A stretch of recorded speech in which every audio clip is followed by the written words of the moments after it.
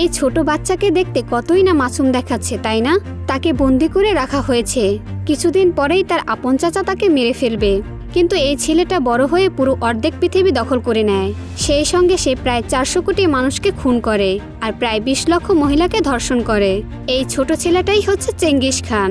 সামান্য যাযাবর থেকে সে কিভাবে পৃথিবীর সবচেয়ে শক্তিশালী মানুষ তৈরি হয় সেটাই দেখব এই মুভিতে।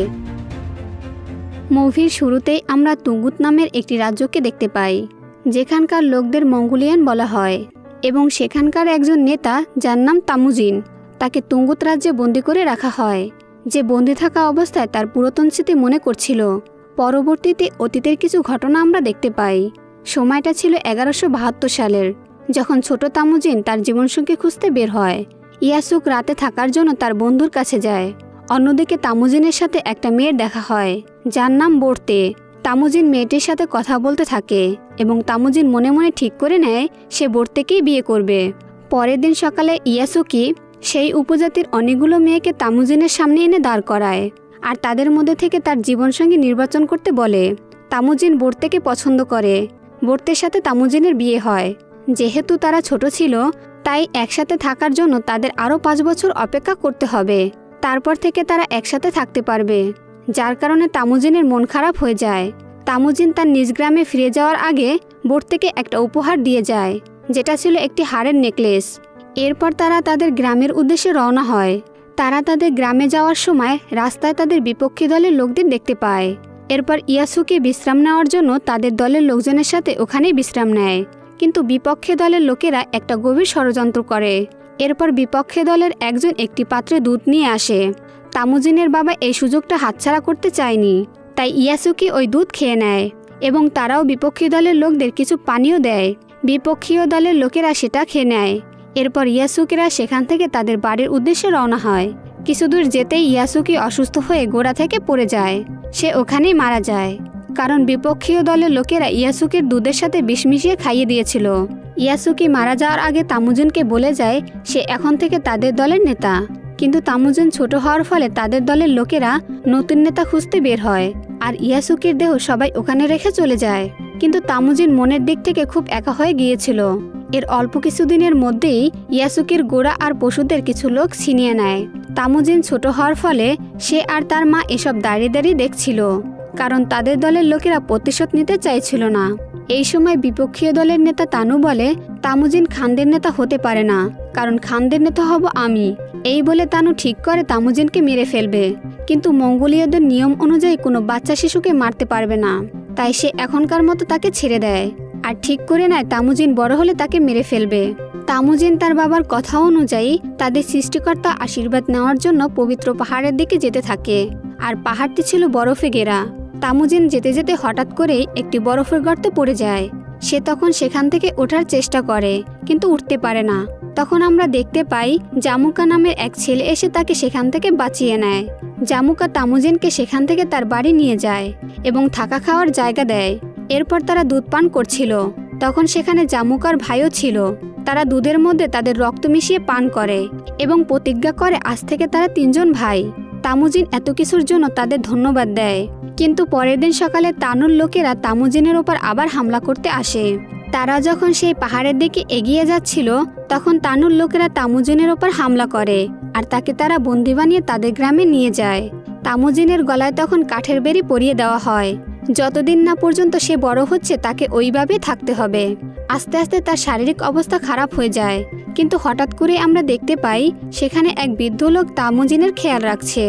একদিন সেখানে অনেক বৃষ্টি হয় আর সেই বৃদ্ধ লোকটি তামুজিনের অবস্থা দেখে তাকে মুক্ত করে দেয়। সে যেন এই গ্রাম ছেড়ে পালিয়ে যায়। তাই তামুজিন সেখান থেকে পালিয়ে যায় আর সে একটা মন্দিরে গিয়ে পৌঁছায়। হঠাৎ করে তামুজিন সেখানে একটা সাদা নেকড়েকে দেখতে পায়। তার গলার সেই কাঠের বেড়িটা নিচ থেকেই ভেঙে পড়ে যায়। এরপর আমরা 1186 সালের ঘটনা দেখতে পাই, যেখানে তামুজিন বড় হয়ে গিয়েছিল।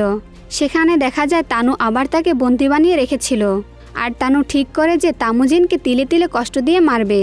কিন্তু সেই বৃদ্ধ যে তাকে পালাতে সাহায্য করছিল সে তাকে আজও সাহায্য করছে, কখনো তাকে খাবার বা কখনো তার আত্মবিশ্বাস বাড়িয়ে।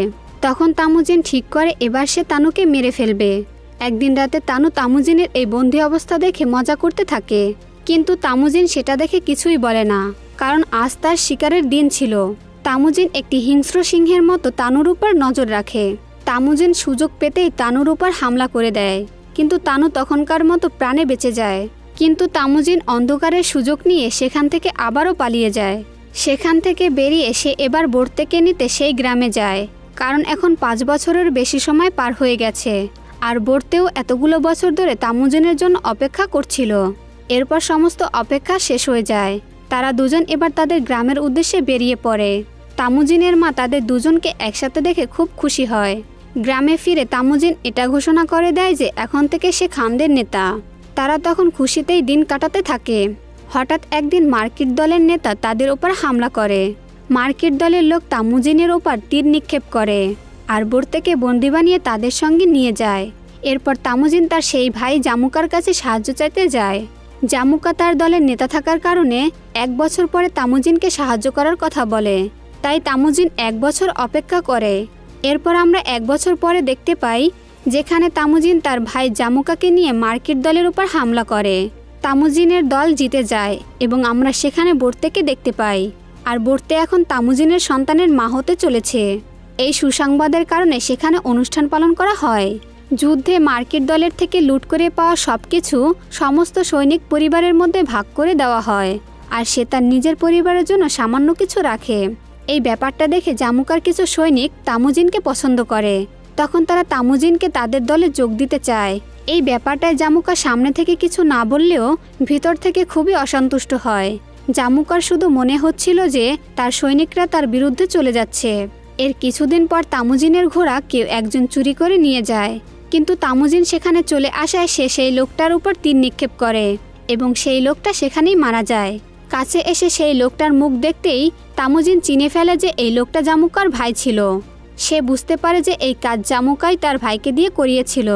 আর অন্যদিকে জামুকা তার ভাইয়ের মৃত্যু সহ্য করতে না পেরে একটি শক্তিশালী গোষ্ঠীর থেকে সৈন্য নিয়ে তামুজিনের উপর হামলা করে দেয়। জামুকার দল সেখানেই জিতে যায় এবং তামুজিনকে বন্দী বানিয়ে নেয়। কিন্তু জামুকা তার এই ভাইকে মারতে চাচ্ছিল না, যাকে সে ছোটবেলায় বরফের কুয়ো থেকে বাঁচিয়েছিল। তাই সে প্রতিশোধ নেওয়ার জন্য তাঙ্গুত সরকারের কাছে তামুজিনকে বিক্রি করে দেয়। আর তাঙ্গুত সরকার তামুজিনের এই পরিণতি দেখে তাকে নিয়ে মজা করত, আর তা দেখে সেখানকার সাধারণ জনগণও তাকে নিয়ে মজা করত। এরপর আমরা দেখতে পাই সেখানে একজন সন্ন্যাসী আসে। সেই সন্ন্যাসী তাকে বলে, আমি তোমাকে এখান থেকে বের করতে সাহায্য করব এবং তোমার স্ত্রী বাচ্চার খবর এনে দেব, কিন্তু তোমায় এর বদলে কথা দিতে হবে যে তুমি আমার দল আর এই জায়গার কোনো ক্ষতি করবে না। আর তামুজিন এই শর্তে রাজি হয়ে যায়। এর পরের দিন সেই সন্ন্যাসী বোর্তেকে খুঁজতে বেরিয়ে পড়ে, কিন্তু অনেক খোঁজার পরও সেই সন্ন্যাসী বোর্তের কোনো খোঁজ পায় না। সে যে জায়গায় পৌঁছেছিল সেখানে ছিল প্রচুর গরম, যে কারণে সে অসুস্থ হয়ে যাওয়ার ফলে মৃত্যুবরণ করেন। কিন্তু মৃত্যুর আগে সেখানে তামুজিনের দেওয়া সেই হাড়ের অংশটা সেখানেই পড়ে থাকে। আর বোর্তে সেখানে আসে এবং সেই নেকলেসের অংশ দেখতে পেয়ে সে বুঝে যায় যে তামুজিন এখনও বেঁচে আছে। বোর্তে তামুজিনকে খুঁজতে সেই সন্ন্যাসীদের রাজ্য আসে। সেখানে একজন সৈনিককে টাকার লোভ দেখিয়ে তামুজিনকে সেখান থেকে বের করে নিয়ে আসে। তামুজিন যখন তার পরিবারের সঙ্গে দেখা করে তখন সে দেখতে পায় তার 2 জন সন্তান রয়েছে। বোর্তে বলে তাদের দেখাশোনার জন্য তাকে কাজ করতে হতো। এটা শুনে তামুজিন মনে মনে খুব কষ্ট পায়, কিন্তু আবার তার পরিবারকে পেয়ে সে খুব খুশিও হয়। এরপর তামুজিন তার পরিবারের সঙ্গে বেশ সুখেই দিন কাটাচ্ছিল, কিন্তু তার স্ত্রী খুব একটা খুশি ছিল না। তা দেখে তামুজিন জিজ্ঞাসা করলে বোর্তে জানায় তারা মঙ্গোলীয় রাজ্যের লোক হয়েও তাদের মধ্যে কেন এত বিভেদ, আর আমরা যুদ্ধ কেন করি। তুমি দেখো আমরা আবার আলাদা হয়ে যাব, কারণ এই মঙ্গোলীয় রাজ্যের লোকেরা আবার তোমার উপর হামলা করবে। যা শুনে তামুজিন ঠিক করে যে এবার মঙ্গোলীয় রাজ্যের সব লোকেদের এক করবে। এরপর সে তার কাজে বেরিয়ে পড়ে। তামুজিন সেই অনুযায়ী মঙ্গোলীয় রাজ্যের সৈনিকদের বোঝাতে থাকে যে আমাদের সকলের একসঙ্গে থাকা উচিত এবং আমাদের মঙ্গোলীয় রাজ্যের নিয়ম মেনে বসবাস করা উচিত।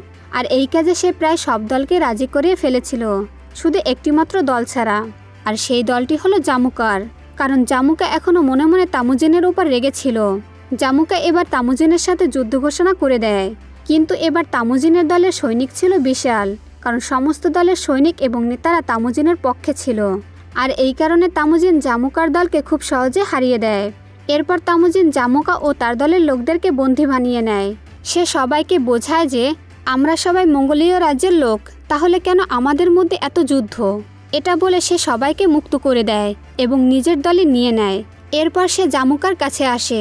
তামুজিন জামুকাকে নিজের ভাই মনে করত, তাই সে জামুকাকে এটা বলে মুক্ত করে দেয় যে তুমি যেটা ভালো মনে করো সেটাই করো। আর জামুকা তখন তার উদার মন দেখে সে তার কাছে ক্ষমা চায়। জামুকা বলে যে মঙ্গোলীয় রাজ্যে তুমিই একমাত্র মানুষ যার মন এত বড়, যে যুদ্ধের পরও নিজের বিরোধী দলের নেতাকে এত সম্মানের সাথে মুক্ত করে। এর ফলে জামুকাও তামুজিনের দলে যোগ দেয়। আর এর ফলেই তামুজিন তার বাবার সেই স্বপ্নটাকে পূরণ করে, সমস্ত মঙ্গোলীয়দের এক করে। এর কিছুদিন পরে তানুর দলের লোকেরা আসে তামুজিনের দলে যোগ দেওয়ার জন্য, আর তারা সেখানেই তাদের দলের নেতা তানুকে মেরে ফেলে এবং তার দেহ তামুজিনকে উপহার দেয়। কিন্তু তামুজিন এই ব্যাপারটাতে মোটেও খুশি ছিল না, কারণ তানুর দলের লোকেরা তার নেতার সাথে বিশ্বাসঘাতকতা করেছে, আর তারা এর মধ্যে দিয়ে মঙ্গোলীয় রাজ্যের নিয়ম ভঙ্গ করেছে। আর নিজের নেতাকে মারার ফলে সেই সৈনিকদেরকে মৃত্যুদণ্ড দেওয়া হয়। আর এরই মধ্যে দিয়ে মঙ্গোলীয় রাজ্যের প্রসার ঘটে, আর সকল সন্ন্যাসী সম্মানের সহিত সেখানে জীবনযাপন করে। আর ছোটবেলা থেকে তামুজিনকে যে বিদ্য বাঁচিয়েছিল তাকে তার নিজের রাজ্যে হাকিম হিসেবে নিযুক্ত করে। আর এরই মধ্যে দিয়ে দেখতে পাই খানদের নেতা তামুজিন বিশ্বব্যাপী তার বিশাল সেনাবাহিনী নিয়ে চেঙ্গিস খান নামে পরিচিত পায়। আর এখানেই মুভিটি শেষ হয়ে যায়। তো বন্ধুরা, কেমন লাগলো আজকের গল্পটি অবশ্যই কমেন্ট করে জানাবেন।